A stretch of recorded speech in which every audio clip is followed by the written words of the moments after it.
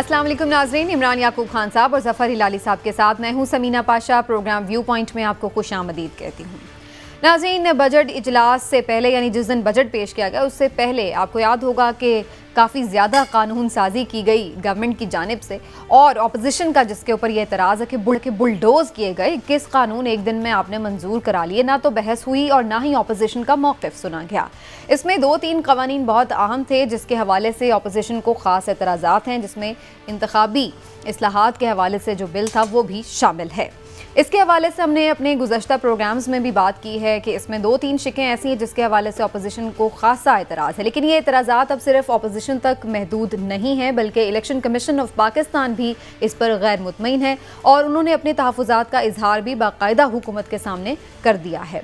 अब सूरत हाल सारी आगे बढ़ेगी किस तरफ? क्या हुकूमत को ये बिल वापस लेने पड़ेंगे? क्या सेनेट में इस पर बहस करवा कर अपोजिशन के एतराज़ात को दूर किया जा सकता है? क्या जो इस पर APC बुलाई जा रही है शहबाज शरीफ साहब की जानिब से, उसमें इलेक्शन कमीशन ऑफ पाकिस्तान शिरकत करके अपोजिशन के साथ एक पार्टी होने का तासुर देगा, या फिर वाकई जो हुकूमत की कानून साजी है जो कि अब फ़िलहाल कौमी असम्बली से तो मंजूर हो चुकी है, क्या उसके हवाले से मज़ीद भी अब सेनेट से पास होकर वो वाकई कानून बन जाएगा? तो ये सारे मामलात हैं जिसके हवाले से बात करनी बड़ी ज़रूरी है। क्या ऑप्शंस हैं अब गवर्नमेंट के पास, हुकूमत के पास, और इस बिल का मुस्तकबिल आखिर होगा क्या? सबसे पहले इसी हवाले से गुफ्तगू होगी। आप सबको मैं प्रोग्राम में खुशामदीद कहती हूँ। जैसे कि मैंने आप किया कि इस हवाले से अब अपोजिशन लीडर शहबाज शरीफ साहब ने एक APC यानी ऑल पार्टीज़ कॉन्फ्रेंस भी बुलाने का ऐलान कर दिया है और इसके हवाले से गवर्नमेंट का रद्द-ए-अमल भी आ चुका है। फवाद चौधरी साहब ने इस बारे में क्या कहा, आइए आपको सुनवा देते हैं। बहुत ही अफसोस है कि इलेक्टोरल रिफॉर्म्स जैसा अहम मामला है उसके ऊपर लीडर ऑफ द अपोजिशन ने फैसला किया है कि वो पार्लियामेंट के अंदर उस मामले को नहीं लेके आएंगे बल्कि पार्लियामेंट से उसको बाहर तय करना चाहते हैं। लगता यूँ है कि शहबाज शरीफ साहब की जो कंट्रोल है अपनी पार्टी के ऊपर वो उनके अपने पास नहीं, वो कंट्रोल नवाज शरीफ साहब और मरियम नवाज ये एक्सरसाइज करती हैं। जो इस गुफ्तगू में पहला हिस्सा है, मैं वो सवाल इमरान साहब की तरफ पहले लेके जाऊंगी। इमरान साहब, आपके ख्याल से फवाद चौधरी साहब की इस बात में कितना वजन है कि इस मामले को तो पार्लियामेंट में डिस्कस होना चाहिए था, बजाय इसके कि आप इस पर APC बुला रहे हैं? बिस्मिल्लाहिर्रहमानिर्रहीम। देखें, बिल्कुल पार्लियामेंट में डिस्कस होना चाहिए था, इस पर कोई दूसरी राय नहीं है। लेकिन समीना, पार्लियामेंट में अगर इस पर डिस्कशन होना होती तो फिर इसी तरह से इसे बुलडोज क्यों किया जाता? फिर तो हुकूमत भी पहले इस पर बहस करती, कामा कमेटी में बहस की जाती, अपोजिशन की राय ली जाती और फिर ये तरमीम की जाती। अब आपने बगैर किसी डिस्कशन के बिल मंजूर करवा लिया और अब आप कह रहे हैं कि आपने जो बहस करनी है वो पार्लियामेंट में करें। भैया, आप पहले उन्हें अगर मौका देते तो ये बात ही ना होती, ये नौबत ही ना आती। आप देखें, मजमूई तौर पर 72 मुजवज़ा तरामीम हैं जो इस बिल में पेश की गई हैं।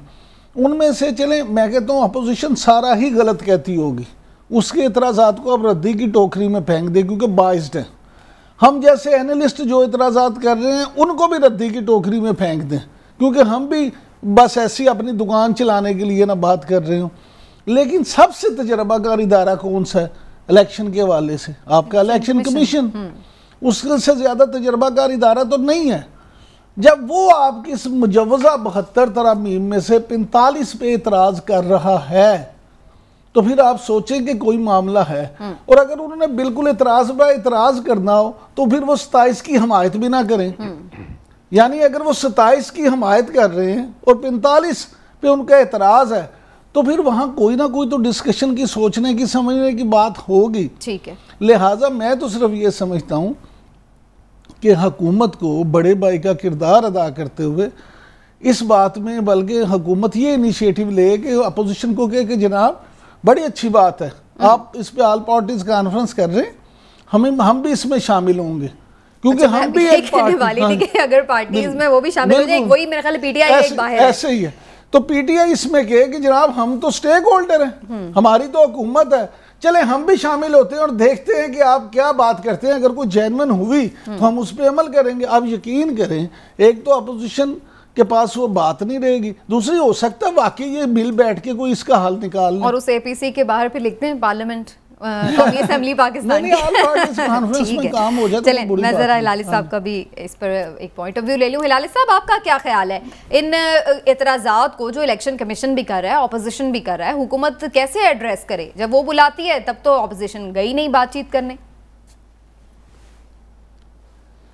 देखिए, सीधी सादी बात है कि इस गवर्नमेंट की, ख़ासतौर इमरान खान के अंदरूनी और बैरूनी मुखालिफ्स नहीं कह सकता मैं, दुश्मन मैं कहता हूँ, वो दोनों इकट्ठे हो रहे हैं और उनका मकसद एक ही है कि इमरान खान को पावर से निकालें। अब ये हैं कौन दुश्मन? ये दुश्मन मुल्क के अंदर जो हैं, ये दो ख़ानदान हैं। मैं इनकी पार्टीज़ भी नहीं कहता, पार्टीज़ में और लोग होते हैं। ये दो ख़ानदान हैं, शरीफ्स और ज़रदारीस, ये इकट्ठे हो रहे हैं। बाहर कौन होंगे? गवर्नमेंट्स हैं बाहर, यूनाइटेड स्टेट्स, इंडिया और इजराइल। शरीफ्स, अब अंदरूनी बात पे थोड़ा सा आए, शरीफ्स और ज़रदारीस इकट्ठे हो रहे हैं। हालांकि आपको पता है कि शहबाज शरीफ ज़रदारी के बारे में क्या कहता था और कितने पेट चीर के उसके क्या पैसे किधर से निकालेगा। मगर ये क्यों कर रहे हैं? ये इसलिए नहीं कर रहे हैं कि ये एस्टैब्लिश करना चाहते हैं कि अपना इनोसेंस क्या है, कि वो माने you know what I mean, क्या है लफ्ज इनोसेंस के लिए? मासूम है जी, कुछ नहीं किया। मासूमियत, मासूम। हाँ, वो ये बताना चाहते हैं, ये रोकना चाहते हैं कि उनका जो गिल्ट है वो प्रोक्लेम होने वाला है। अच्छा। उनकी जो कसूरवार हैं, जो वो किया है, हरकतें की है, वो अभी खुलने वाला है, पूरी दुनिया के सामने खुलने वाला है एक शर्त पे। वो शर्त यह है कि अगर आप हुदैबिया केस खोलेंगे, और दूसरा शर्त यह है कि मंजूर पापड़ वाला केस जो है, जिसमें इस आदमी ने, जिसके पास पासपोर्ट भी नहीं था, इंग्लैंड से बहुत सारे पैसे भेजे थे सलमान वो शहबाज को, और फिर उससे उसकी वाइफ को या बीवी को जो भी, और फिर वापस वो मोड़ के इनके ही पास आया, शहबाज के पास। अगर ये दो केसेस खुल सकें तो फिर शरीफ की पूरी खानदान जो है, शहबाज शरीफ और नवाज नहीं, पूरी खानदान जो है वो पॉलिटिक्स को छोड़ना पड़ेगा, इसलिए कि वो उनको सज़ा मिलेगा। और वो सज़ा होता है पॉलिटिशियन को कि you can not participate in politics अगर वो गुनाहगार हैं, अगर वो मनी लॉन्ड्रिंग में पकड़े गए। और एक और केस है, और वो है मॉडल टाउन का केस, जो इस वक्त आपको पता है वो रुका हुआ है, और हमें पता है किसने रोका, हमने पता है क्यों रोका, मगर रुका हुआ है, उसके बारे में मैं नहीं जानना चाहता। अगर वो भी केस निकल आए और उसमें भी शहबाज शरीफ के हुक्म जो हैं उसमें भी शरीक हों, जैसे माफ़ करिए भुट्टो साहब का हुक्म, एलिमिनेट हिम या उसको ख़त्म करो, वो फाइल पे था और उससे आपको पता है क्या सज़ा उनको मिला। अगर ये दोनों केसेस खुल गए तो ये ना सिर्फ पॉलिटिक्स से महरूम हो जाएंगे, और भी बहुत सीरियस सी चार्ज उनके खिलाफ लग सकता है। और लेकिन सर, इन सब चीजों का ताल्लुक इलेक्शन तरमीम तो से क्या है? नहीं, हाँ, मैं बताना चाहता हूं ना, थोड़ी सी बात सुनिए ना। आपको तो फट करके एक जवाब करके तीसरी जवाब पे आप पहुंच जाते हैं। थोड़ा सुनिए सुधी। ये केसेस रुके गए हैं, ये क्यों केस रुके गए हैं, किसने रोका है? मैं और नहीं कहना चाहता इस पे किसने रोका है। सबको पता है ये केसेस कैसे रुके हैं, सबको पता है ये क्यों रुके हैं, सबको पता है वो जजेस जो इस वक्त एड हॉक जजेस अपॉइंट करने जा रहे हैं वो गवर्नमेंट नहीं मान रही है, सबको पता वो क्यों नहीं मान रही है। अब ये है शहबाज शरीफ का केस, अब आ जाए नवाज जरदारीज का केस, फॉल्स अकाउंट केसेस हैं, उजैर बलोच का केस है, राव अनवार का केस है। JIT अगर आप उजैर बलोच का पढ़ें आप समझ ही नहीं सकेंगे कि क्या हो रहा है इस मुल्क में। अगर वो फॉल्स अकाउंट केसेस में या उजैर या राव अनवार के जो एक में 420 किलिंग्स हैं और एक में 61 किलिंग्स हैं, उनमें भी इनकी कोई शमूलियात पता चल जाए तो मैं समझता हूं कि यार फिर कुछ रहेगा ही नहीं इनके लिए भी। अब आ जाए बैरूनी ताकतों पे। अमेरिका क्या चाहता है? वो चाहता है कि पाकिस्तान के न्यूक्लियर वेपन्स खत्म हो, उसको परवाह नहीं है कि पाकिस्तान हो या ना, वो चाहता है इसके न्यूक्लियर वेपन्स खत्म हो, या उस किस्म के गवर्नमेंट्स हों जो वो अच्छी तरीके से जानते हैं और जिनके साथ उनका सलूक हुआ है पहले, जिस दो फैमिलीज की जो गवर्नमेंट थी। मैं आपको यह कहना चाहता हूं कि दूसरे लोग पूछ रहे हैं कि अमेरिका क्या करेगा। अब इमरान खान को उसने इनकार कर दिया बेसिस, क्या वो उनके साथ वही करेगा जो लियाकत अली खान के साथ किया था? क्या उनको कत्ल करेगा अमेरिका? भाई लियाकत ने बेसिस नहीं दी तो वाकई अमेरिका ने कत्ल किया था। तो मैं आपको यह बताना चाहता हूं, ये सब चीजों का एक तरीका है इसको रोकने के लिए और इस आदमी को निकालने के लिए, और वो है इलेक्शन लॉज को चेंज करो, बाहर के लोगों को उनका हक दो, उनका वोट दो, और अगर वो बाहर के लोग आए और वोट करें और उसको सिर्फ 50% वोट मिले, ये कभी इलेक्शन नहीं हारेगा।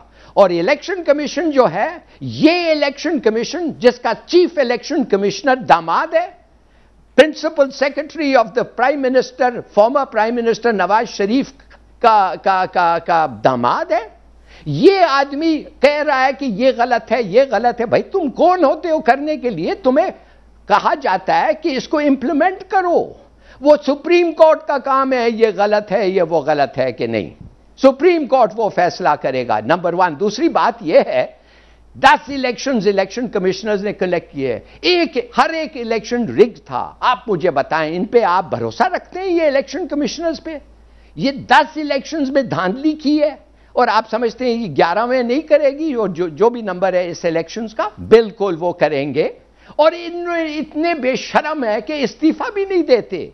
मैं आपको पूछना चाहता हूं, अगर 10 इलेक्शंस हुए हैं और 10 चीफ इलेक्शंस कमिश्नर्स हुए हैं और 10 में अगर धांधली हुई है, एक का रेजिग्नेशन आया है? बिल्कुल नहीं। बस मैं खत्म करता हूं और कहता हूं, अगर ये लॉज चेंज नहीं हुए, इमरान खान को निकालेंगे और ये दोनों फैमिलीज आ जाएंगे और फिर खुदा हाफिज पाकिस्तान। अच्छा, ये बताइए कि सबसे पहले तो ये बात है कि ये बड़ी लंबी स्टोरी है जिसको कनेक्ट किया है हिलाली साहब ने। हिलाली साहब ने ये बहुत लंबी जो स्टोरी बताई सुनाई है ना, ये है क्या?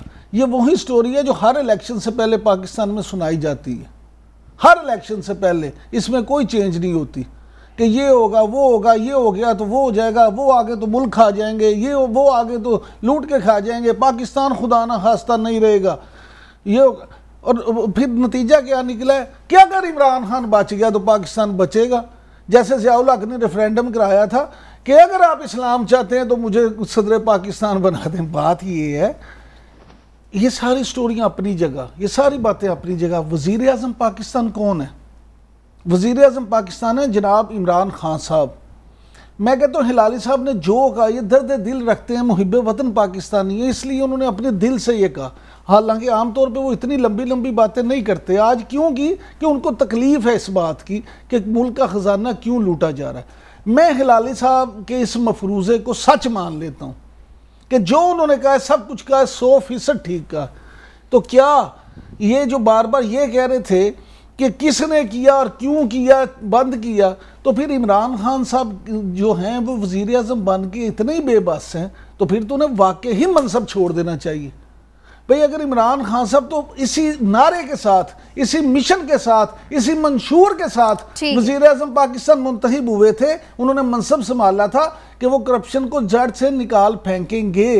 अब अगर उन्होंने कंप्रोमाइज़ कर लिया है किसी भी वजह से, तो फिर मैं समझता हूँ वो अपने मंशूर से हट गए हैं। शहबाज शरीफ, आप हुदैबिया क्यों रोका? किसने रोका? आप खोलें। मंजूर पापड़ वाला आप जरूर खोलें, लेकिन सिर्फ बजाय इसके कि या तो आप उनको एक दफा सजा दे दें, उनको फांसी लगा दें, उनसे आप लूटी हुई दौलत वसूल कर लें।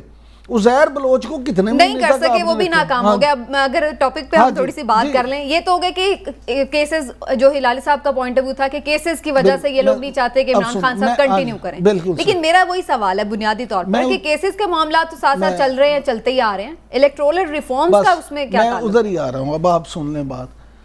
ये दोनों अलग चीजें हैं, पहली बात मेरी नजर में। दूसरी बात अब आ जाते हैं आपका ये कि जी उससे फ़र्क क्या पड़ेगा, क्यों होगा। अब मुझे ये बताएं, क्या स्टडी किया हुकूमत ने इस पे?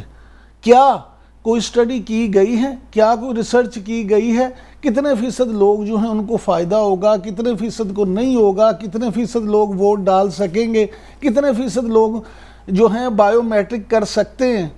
आज आप नादरा से पूछ लें, नादरा से, तो वो आपको रिकॉर्ड दे देंगे कि पाकिस्तान के बहुत सारे लोग एक कसीर तादाद में लोग ऐसे हैं जिनका बायोमेट्रिक काम ही नहीं करता, क्योंकि वो इस तरह का मजदूरी करते हैं इस तरह की कि उनकी ये जो लाइनें होती हैं ये मिट जाती हैं, मध्यम हो जाती हैं। यहाँ बहुत सारे पाकिस्तानियों को ये मसाइल का सामना इलेक्शन कमीशन तो अपना पॉइंट ऑफ व्यू पहले ही दे रहा है, वो कह रहा है कि जी इस तरह तो आप सारा निजाम जो है वो नादरा के सुपुर्द कर रहे हैं। मैं कहता हूँ इस पे भी हमें कोई इतराज नहीं है, हमारी तरफ से इलेक्शन कमीशन हो या नादरा हो, कोई भी हो, लेकिन अगर कोई काम 100% मेरिट पे करता है तो जरूर होना चाहिए। हिलाली साहब की बात बिल्कुल ठीक है जी, यहाँ 70 के बाद कोई इलेक्शन फेयर एंड फ्री नहीं हुए, तो क्या उस वक्त भी जो बकौल हिलाली साहब के एक दामाद चीफ इलेक्शन कमिश्नर है, उस वक्त भी वही तो चीफ इलेक्शन कमिश्नर नहीं थे? इसका मतलब है कोई ना कोई जरूरत तो है इसमें तरमीम करने अब ये तो समझ आ गई बातचीत सारी। अब ये बताएं कि जब ऑपोजिशन सारी बैठेगी तो उनके उस एपीसी का फायदा क्या होगा, क्योंकि ऑपोजिशन के पास तो इस वक्त मेजॉरिटी नहीं है कि वो कोई आके अमेंडमेंट को रोक सके।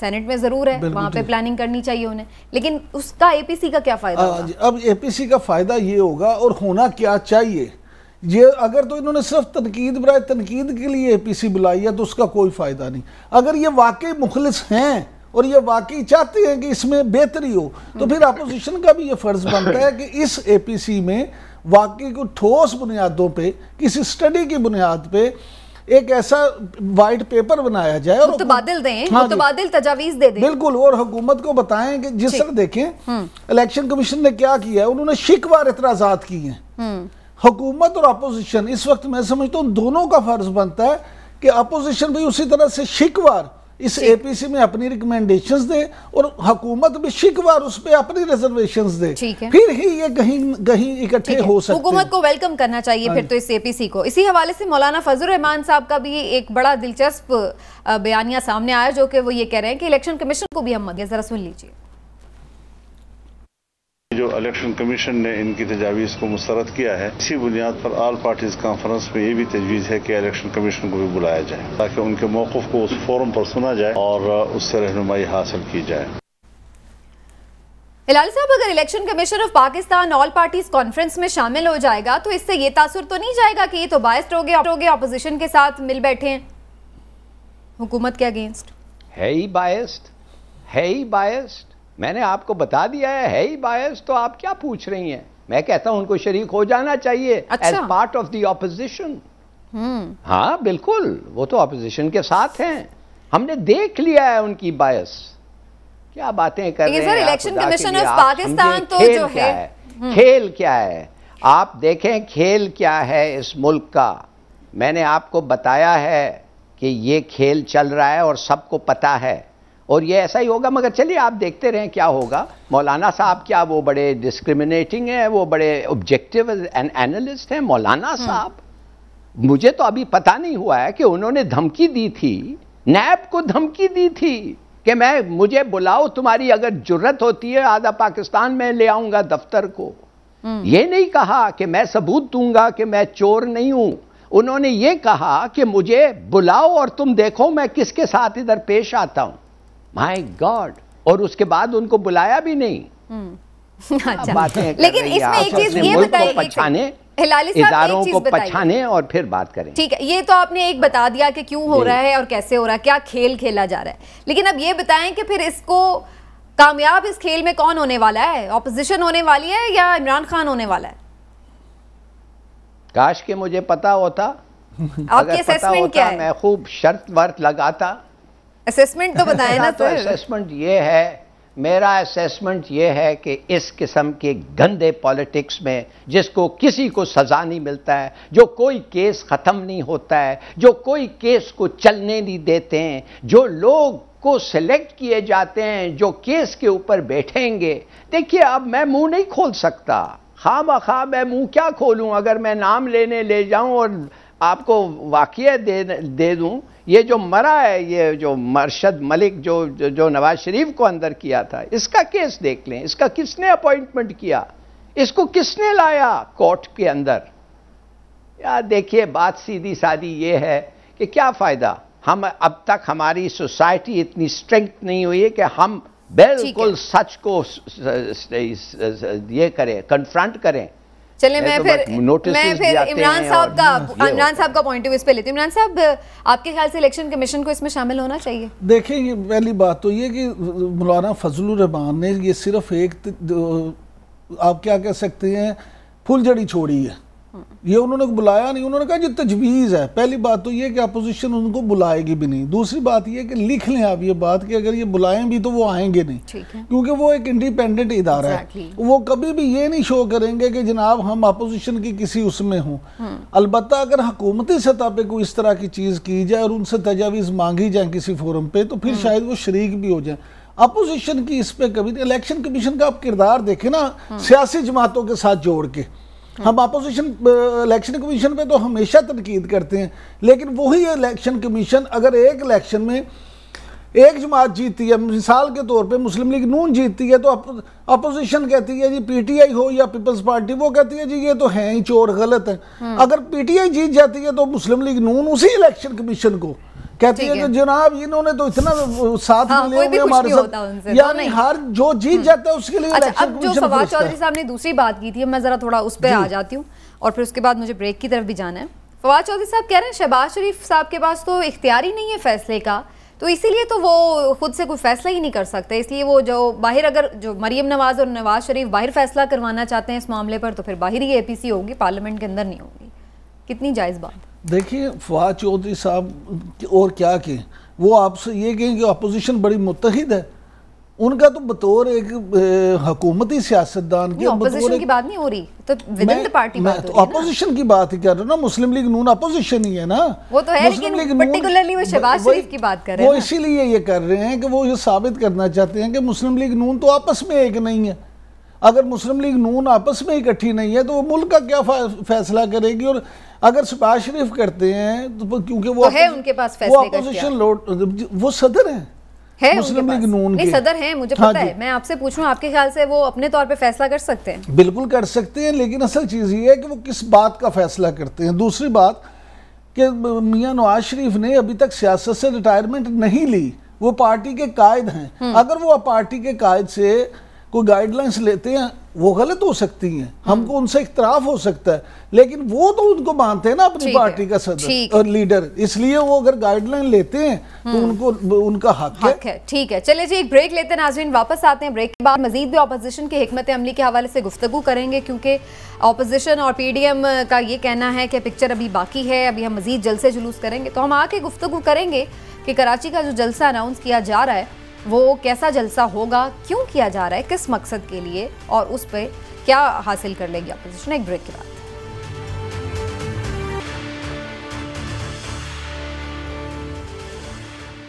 वेलकम बैक नाज़रीन। एपीडीएम टूट चुकी है, पीपल्स पार्टी और एएनपी अब इसका हिस्सा नहीं, लेकिन फिर भी एपीडीएम का ये कहना है कि हम कायम व दायम हैं और हम जलसे जुलूस भी करेंगे।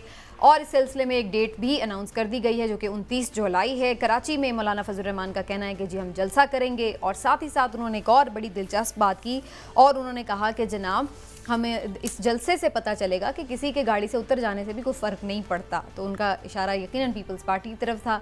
इसके साथ साथ अगर पीपल्स पार्टी की सियासत की बात की जाए तो वो भी बड़ी इंटरेस्टिंग इस वक्त चल रही है। एक जानिब तो वो कह रहे हैं कि जी हम बिल्कुल अपोजिशन के साथ हैं, जैसे हमने देखा है कि वो बजट इजलास में भी अपोजिशन के साथ साथ रहे, लेकिन दूसरी जानिब अपने पर भी तोल रहे हैं। इस वक्त हम देख रहे हैं कि साबिक सदर आसिफ अली जरदारी ने लाहौर में डेरे जमा रखे हैं, मुख्तलिफ सियासी रहनुमाओं से उनकी मुलाकातें शेड्यूल्ड हैं, हो भी रही हैं। तो इस हवाले से भी नज़र रखना बड़ा ज़रूरी है कि जरदारी साहब लाहौर और पंजाब में आखिर क्या लेने आए हैं, क्या वो हासिल कर सकते हैं। तो अहम मुलाकातों का हाल और वाकफान हाल अंदर की खबर भी आपको बताएंगे इस सिलसिले में, और इसके साथ साथ जो पीडीएम का ओवरऑल एक सिलसिलाकार है उसके हवाले से भी जानते हैं कि जी अब ये सिर्फ अपने आप को ज़रा एक्टिव रखने के लिए ये सारी एक्टिविटी है या फिर वाकई इससे कुछ हासिल हो जाएगा। चलिए हिलाली साहब की तरफ पहले आते हैं। हिलाली साहब ये फरमाइएगा, आपको तो लगता है शुरू से ही आप कहते हैं कि एपीडीएम में कोई दमखम नहीं, कुछ नहीं है, लेकिन अब ये पीडीएम में जो है कोई दमखम नहीं है, लेकिन आपको क्या लग रहा है सर, ये कराची जलसा बगैर पीपल्स पार्टी कितना कामयाब हो सकता है? देखिए, अगर आप इकट्ठा कर दें ये हब में जो हैं इनके हब, और बलूचिस्तान में निया कराची जो इनके मदरसे हैं, लड़खाना में भी एक बड़ा है, सिंध में भी कुछ हैं, इन सब को अगर आप ले आएँ और खड़ा कर दें तो जाहिर है आपको भी कुछ 20-30 हज़ार लोग नज़र आ जाएंगे, 15-20 हज़ार तो नज़र आ जाएंगे। पैसे और खर्चे और लोगों को ले आए तो हो जाएंगे, मगर ये तो एक मरा हुआ चीज़ के अंदर हवा देना है, मुर्दे के अंदर दम देना है। This is pointless. ये सिर्फ बताने के लिए कि भाई अगर तुम्हारे लोग जो नहीं आते थे, जब आपको याद है हम कवरेज कर रहे थे पीपीपी का जो जलसा हुआ, पीडीएम का जो हुआ था कराची में, उधर तो कॉन्वर्सेशन आ रहा था वो उस पर माइक्रोफोन पे, वो कह रही थी कि मुझे पता नहीं है ज़बान कौन सा है, मुझे पता नहीं शहर कौन सा है, मगर ये पता है कि हमारा बस वापस 10 बजे जाएगा और इतने पैसे मिलेंगे। आई मीन यार, it is totally a hoax. ये हम लोग पता नहीं क्यों इस पे जोर देते हैं, कितने लोग आए कितने लोग नहीं आए। आप देखिए तो सही व्हाट काइंड ऑफ, ये किस किस्म का इनका होल्ड है मदरसे स्टूडेंट पे, और उनको वो आप ला रहे हैं, उनको आप पॉलिटिक्स पे यूज कर रहे हैं। मैं तो समझता हूँ, और अब ला भी किस मकसद के लिए रहे ना हिलाली साहब, ये भी तो बड़ी इंपॉर्टेंट बात है ना कि ला भी किस मकसद के लिए। अब उन्हें ये तो खुद उन्हें पता है कि गवर्नमेंट तो नहीं वो अभी फिलहाल गिरा सकते, और एक जलसे जुलूस से तो पहले भी नहीं गिरी, तो अब क्या गिरेगी? तो फिर क्या इसका ऑब्जेक्टिव क्या है? भाई ये बताना चाहते हैं कि मुल्क में एजिटेशन है इमरान खान के खिलाफ, गवर्नमेंट अनपॉपुलर है, सिंध में है, मदरसों में है, पंजाब में है, हर जगह है। ये एक इम्प्रेशन देना चाहते हैं, ये तो इनका बात है।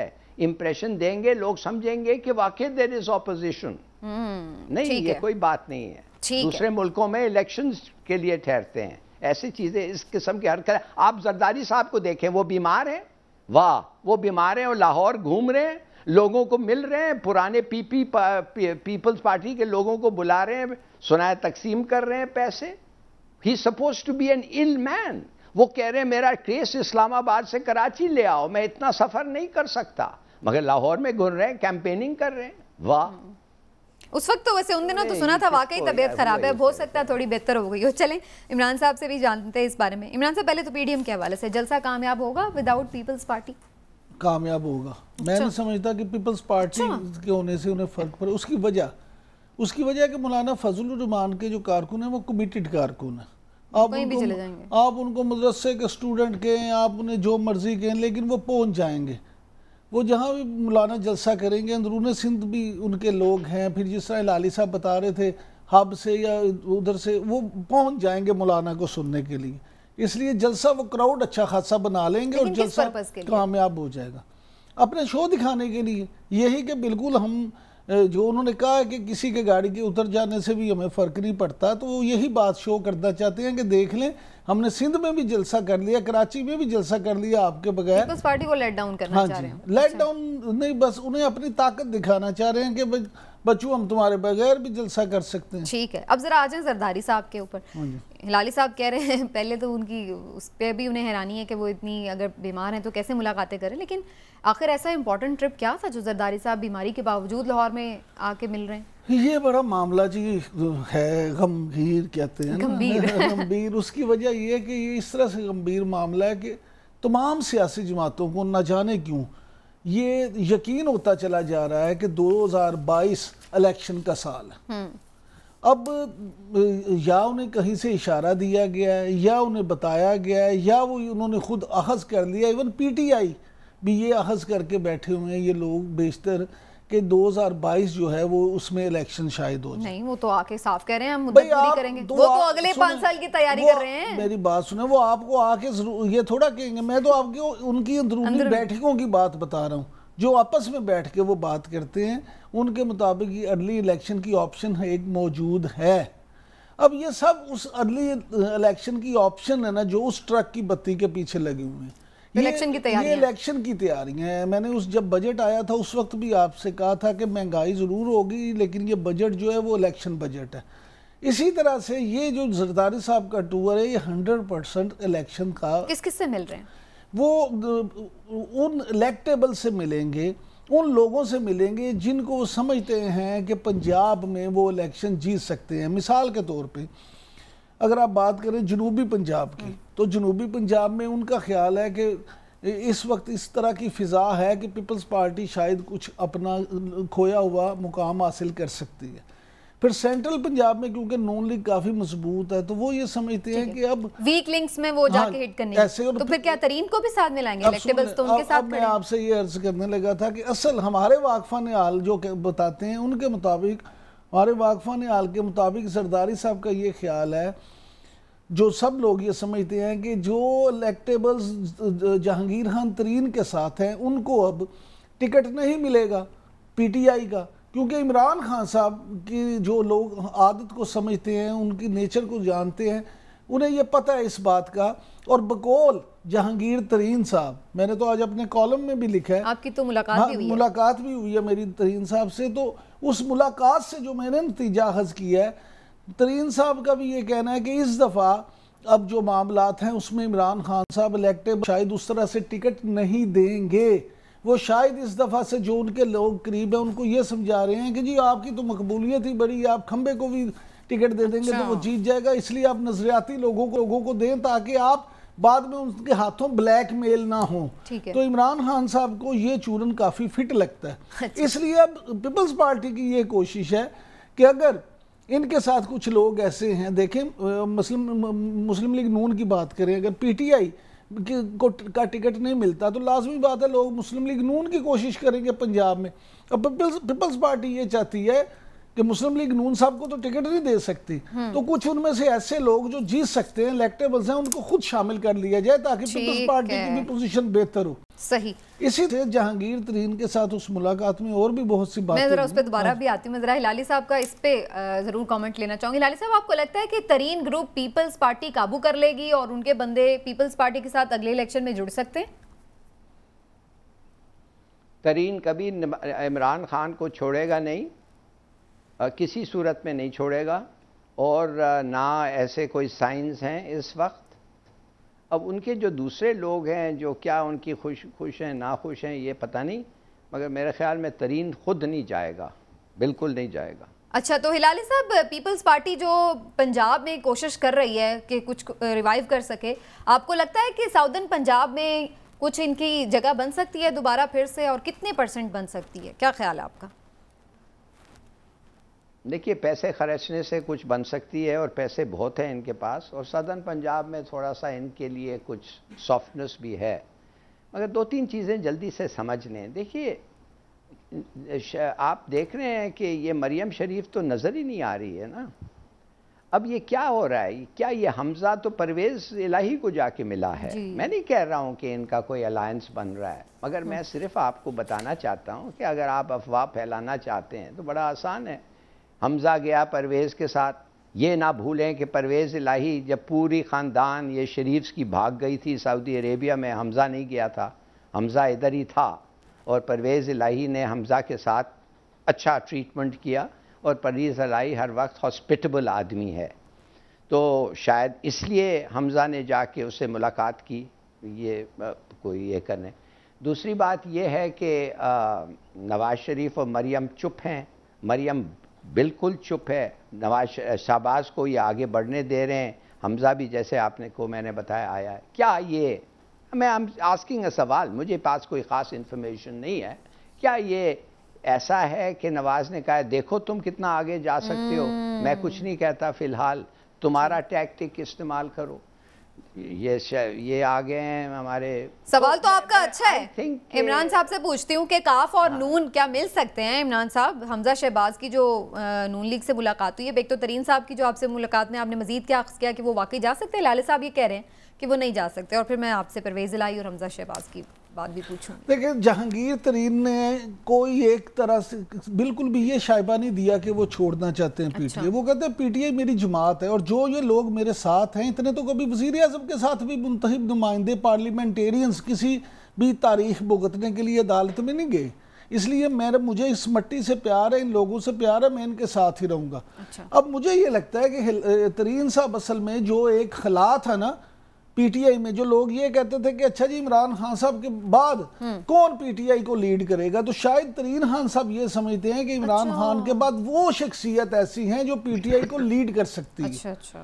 और जो ये मामला थे, बल्कि मैंने हिलाली साहब उनसे ये सवाल भी पूछा, मैंने कहा ये जो ह्यूमर्स हैं कि शायद रिकॉन्सिलिएशन का काम होगा और शायद जो नाहली है वो लोगों की ख़त्म कर दी जाएगी, तो आपके पास भी कोई ऐसी इतला है तो आप, हिलाली साहब उन्होंने इसकी तरदीद भी नहीं की और तस्दीक भी नहीं की, यानी कुछ भी ना कहा और कह भी गए। लिहाजा वो मेरी ज़ाती राय ये है कि तरीन साहब जो हैं वो पीटीआई में अपनी जगह अभी इसी तरह से बनाए हुए हैं कि अगर ऐसी कोई चीज हो तो वो। दूसरी बात, फिर पीपल्स पार्टी भी नहीं दूसरी जो अहम बात है वो ये कि आपको याद होगा कि पीपल्स पार्टी पैट्रियाट बनी थी, मुस्लिम लीग हम ख्याल बनी थी, तो अगर कोई रास्ता नहीं निकलता तो फिर पीटीआई हम ख्याल भी तो हो सकती है। बिल्कुल, यानी उन्हें पीपल्स पार्टी की तरफ वो नहीं जाएंगे, वो अलग अपना वो बना लेंगे। लेकिन इन तमाम बातों के बावजूद हिलाली साहब, इन तमाम बातों के बावजूद उन्होंने कोई ऑप्शन अभी जो है मुख्तलिफ ऑप्शंस उनमें कोई भी उन्होंने बंद नहीं किया। ये ना तो बंद किया ना खोलिए। हाँ, उन्होंने जब उनसे पूछा गया तो उन्होंने बाकायदा कहा कि जनाब सियासतदानों के राब्ते आपस में होते रहते हैं और हर अच्छे कामयाब सियासतदान को तमाम ऑप्शंस खुले रखने चाहिए। तो फिर वो ऑप्शंस क्या नून लीग ने भी खोल लिए हैं क्या? हमजा परवेज इलाही से जो मिलने गए थे वो क्या मजीद रास्ते और दरवाजे खोलने गए थे? अब सुने, मुस्लिम लीग नून का मामला ये है कि वो भी अब तलखियां बुलाना चाहते हैं। अच्छा। वो मियां शहबाज शरीफ और हमजा शहबाज तो मफाहमत की पॉलिसी को लेके चल रहे हैं ना, वो तो कहते हैं कि सबको साथ लेके चलना है। हिलाली साहब ने बिल्कुल ठीक कहा कि जब सीएम थे चौधरी परवेज इलाही, मुझे खुद चौधरी परवेज इलाही साहब ने ये बात कई दफ़ा सुनाई कि उस वक्त उन्हें कई दफ़ा बड़ा प्रेशर होता था फेडरल हुकूमत की तरफ से, परवेज मुशर्रफ साहब की तरफ से, कि आप इनको रिलैक्स करते हैं, लेकिन वो जिस हद तक कर सकते थे किया।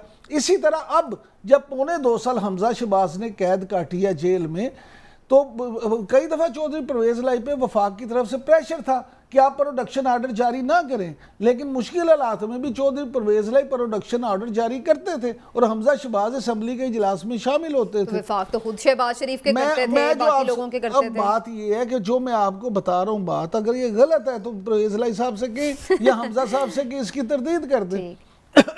अब मामला ये है कि जब वो आपस में एक दूसरे को अकोमोडेट करते रहे हैं तो फिर ये एक खैर सगाली थी और बहाना भी ये था उनके पास कि नई असम्बली की बिल्डिंग बनी है, तो वो मुबारक भी दे दी और साथ एक खैर सगाली आपस में मुलाकात भी हो गई। तो फिर ये तो बताएं मिल रहे हैं कि नहीं? मैं ये कह रहा हूँ बर्फ पिघल रही है ना। अच्छा। तो सियासत में कोई चीज़ भी हरफे आखिर नहीं हो सकती। तो फिर शहबाज शरीफ साहब इसका मतलब है फुल आगे जा रहे हैं और वो अपना काम दिखा रहे हैं। लाल साहब आप भी इस पे कमेंट करें, फिर उसके बाद मैं ब्रेक की तरफ जाऊंगी। आपको क्या दिखाई दे रहा है, क्या नून और काफ लीग इकट्ठे हो सकते हैं दोबारा? नून और काफ लीग बिल्कुल नहीं होंगे, इसलिए परवेज इलाही जब तक इसने वादा किया है कि इमरान खान के साथ मैं हूँ, वो इमरान खान के साथ रहेगा।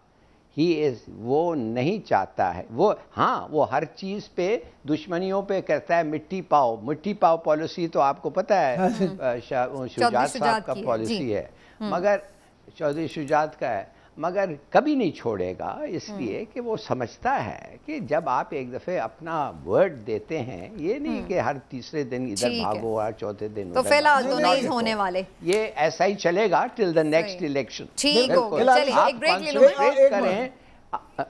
हिलाली साहब आप ठीक कह रहे हैं, अभी नहीं छोड़ेंगे, लेकिन ये मुलाकातें अगले इलेक्शंस की तैयारी हैं। ठीक हो गया, चलें जी एक ब्रेक लेते हैं। नाज़रीन से वापस आते हैं तो एक और अहम इशू है, उसके वाले से भी हमें गुफ्तगू करनी है। मदारिस में अगर खुदा न खास्ता ज़्यादती के वाक़यात इस तरह से रिपोर्ट होने लगे, जिस तरह से अभी मुफ्ती अजीज़ुर रहमान का मामला सामने आया जिन्हें गिरफ्तार कर लिया गया, तो फिर ये सारा जो मामला है किस तरफ जाएगा? लिबरल्स और ऐसा लग रहा है कि जो दूसरी तरफ के लोग हैं वो आमने सामने आ खड़े हुए हैं। इस पर बात होगी एक ब्रेक के बाद, हमारे साथ रहिएगा।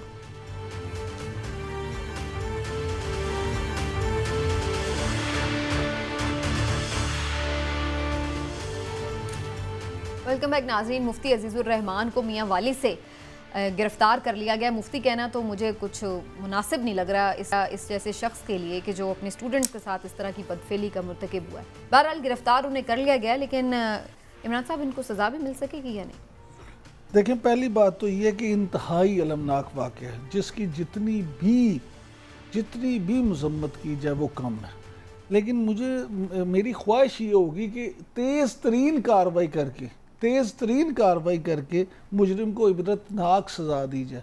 लेकिन इसके साथ साथ मेरा एक इस पर नुक्ता नज़र ज़रूर है, इंतहाई अदब के साथ और तमाम लोगों के जज्बात को ठेस पहुँचाए बगैर कि इस घिनौने फेल को किसी एक मज़हब के साथ जोड़ना ये भी मुनासिब नहीं है। उसकी बुनियादी वजह सुनने, अभी पता क्या हो गया, एक मूव चल गई है कि शायद सिर्फ दीनी मदरसों में ही इस तरह के वाक़यात हो रहे हैं। ऐसा नहीं है, ये एक पड़ले दर्जे की दिमागी बीमारी है और इंतहाई बुरे दर्जे की बदकारी है। मैं इसको सबूत आपको, आप कहना चाहते हैं ये इंडिविजुअल एक्ट है? हाँ जी, इसको हम ये मत समझे कि किसी मकतबा फिक्र के साथ बिल्कुल ऐसे। उसकी बुनियादी वजह सुन ले, पाकिस्तान की एक मारूफ गैर सरकारी तंजीम के जो पिछले साल के दादोशुमार हैं 2020 के, हाँ, उनके मुताबिक बच्चों के खिलाफ एक साल में 2960 इस तरह के केसेस रिकॉर्ड हुए हैं, रिपोर्ट हुए हैं। लेकिन मैं आपसे ये कह सकता हूँ बीइंग अ जर्नलिस्ट कि ये कम से कम अगर 10 केस होते हैं तो कोई एक केस रिपोर्ट होता है। लेकिन उन 2960 यानी 3000 केसेस में सिर्फ 468 केसेस थे ऐसे जो बच्चों को अजनबियों ने जिनसी हरासगी का निशाना बनाया है। ज्यादातर लोग अपनों की ही शिकार होते रहे। ठीक है, को फैमिली में, को उस्ताद, को मौलवी, को दूसरे सब, यानी इस हमाम में जितने ये गंदे लोग हैं सब ही। ठीक है जी राय साहब, आप इस वाकये पे क्या कहेंगे और क्या वाकई इसको सिर्फ एक इंडिविजुअल एक्ट समझा जाए और सजा देनी चाहिए? आपसे मैं पूछना चाहता हूं कि ये आदमी ने 70 असॉल्ट्स किए हैं बच्चों पे, 71 असॉल्ट पे ये रिपोर्ट किया गया है, 71 असॉल्ट पे पकड़ा गया है। ये तो इतना ब्लेटेंट और ब्रेजन हो गया था कि तस्वीर ली गई है, वीडियो लिया गया है। मैं जानना चाहता हूं वो किधर थे वो कमेटी वाले जो मदरसे चलाते हैं, जो मदरसे चलाते हैं ना, ये जो लोग हैं, उनके नाम मैं क्या कहूं, ये जो लोग हैं जो चलाते हैं, क्या ये 71 वाले वाकया पे पकड़े गया है?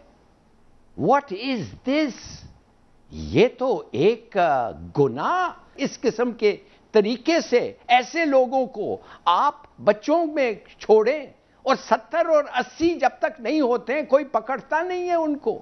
और क्या वो लड़कों पे ट्रॉमा होता होगा? बंद करें इन लोगों को। This is the Dane of evil. बंद करें। आप समझ नहीं सकते हैं ये क्या है? इसका सजा हमारे मजहब में इसका सजा क्या है बताएं मुझे। ठीक है, बिल्कुल ऐसे है, बिल्कुल ऐसे। इसके साथ किसको मिला है अब तक? Very true. लेकिन एग्जैक्टली वही, इस पर हम बात करते ही रहते हैं कि वो सज़ा होनी चाहिए, तो फिर चाहे उसका किसी भी मकतबा फ़िक्र से ताल्लुक हो, उसको वही सज़ा मिलनी चाहिए। इनके लिए भी वही अलमनाक सज़ाओं के हवाले से मुतालबा होना चाहिए। नाज़रीन, प्रोग्राम का वक्त खत्म हो गया। इंशाल्लाह फिर आपसे मुलाकात होगी। अपना ख्याल रखिए। इजाज़त दीजिए। अल्लाह।